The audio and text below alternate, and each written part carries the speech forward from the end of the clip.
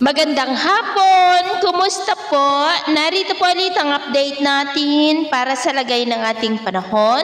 Ngayong hapon po ng October 14, 2025. Sa ngayon po ay dalawang sama ng panahon ang binabantayan sa loob at labas ng ating area of responsibility. Ang nasa loob po ng Philippine Area of Responsibility ay nasa silangan po ng Central Luzon.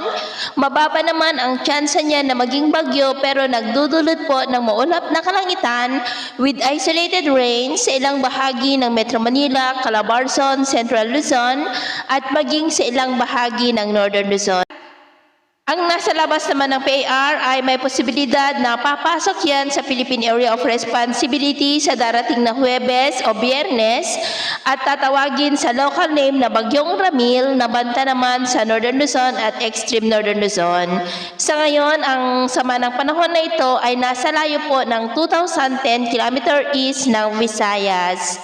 At ito naman ay pinapakita ng forecast model na ating ginagamit hanggang po sa susunod na 2 linggo. At sa lagay ng ating panahon, ngayong hapon ay nakakaranas ng maulap na kalangitan na minsan ay may mga pulo-pulo na mga pag-uulan sa ilang bahagi ng Cagayan Valley, Cordillera, Ilocos Region, Central Luzon, Metro Manila, Calabarzon, Bicol Region, Mimaropa, Panay Island, Negros, Cebu, Bohol, Leyte, Samar Provinces, Sulu Archipelago, Zamboanga Peninsula, Northern Mindanao, Caraga, Davao Region at Sorsogon. At mamayang gabi, may mga isolated rains pa rin sa ilang bahagi ng ating bansa kaya mag-ingat pa rin tayo sa posibleng mga banta po ng mga pagbaha at pagguho ng lupa.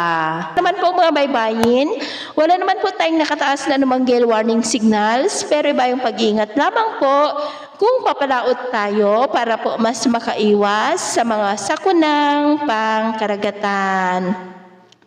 So, ito po ang latest update natin sa araw na ito. At ako pumuli si James na nagsasabing sa kahit na pagsubok po na darating sa ating buhay, huwag na huwag po tayong mawawalan ng pag-asa. Thank you and God bless!